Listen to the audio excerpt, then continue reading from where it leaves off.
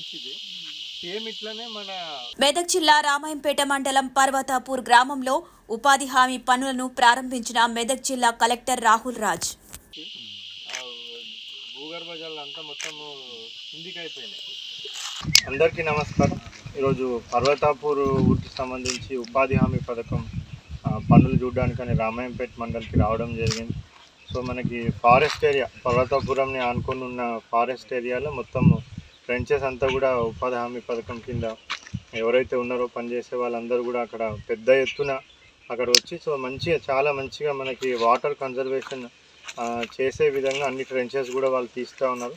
So అక్కడ మొత్తం వాళ్ళు తీసిన ట్రెంచెస్ అంతా కూడా పరిశీలించడం జరిగింది. ఆ మెజర్మెంట్స్ అంతా కూడా చూడడం జరిగింది.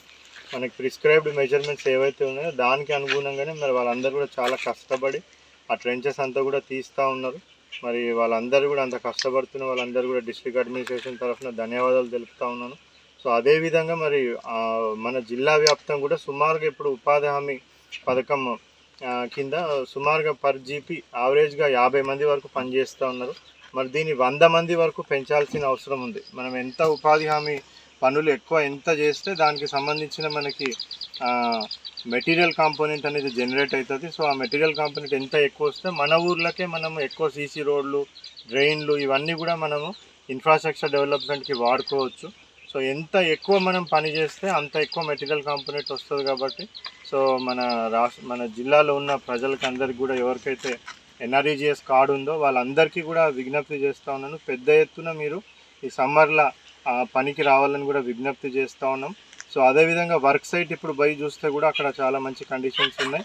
సో మనము మార్నింగ్ 6 o'clock స్టార్ట్ పెట్టి 11 లోపల కూడా వర్క్ కంప్లీట్ చేస్తూ ఉన్నారు అందరు వచ్చిన వాళ్ళు. సో అదేవిధంగా అక్కడ వాటర్ ఫెసిలిటీ అవన్నీ కూడా అవైలబుల్ పెడతా ఉన్నారు. అందరూ కూడా జాబ్ కార్డ్ హోల్డర్స్ అందరు కూడా రావాలని కూడా విజ్ఞప్తి చేస్తూ ఉన్నాం. ఇప్పుడు యావరేజ్గా 50 మంది పర్ గ్రామ పంచాయతీ ఉన్నారు. దీన్ని మనం 100 మందికి తీసుకుపోవాల్సిన అవసరం ఉంది. సో మీ అందరూ ఎంత కష్టపడి పనిచేస్తూ ఉన్నారో నేను ఇప్పుడు చూసినాను. సో మీ అందరు పడిన కష్టంకి ఫలితంగా మనకు మంచి మెటీరియల్ కాంపోనెంట్, మంచి ఇన్ఫ్రాస్ట్రక్చర్ మన విలేజ్కి సంబంధించి రావడానికి కూడా ఆస్కారం ఉంటుంది.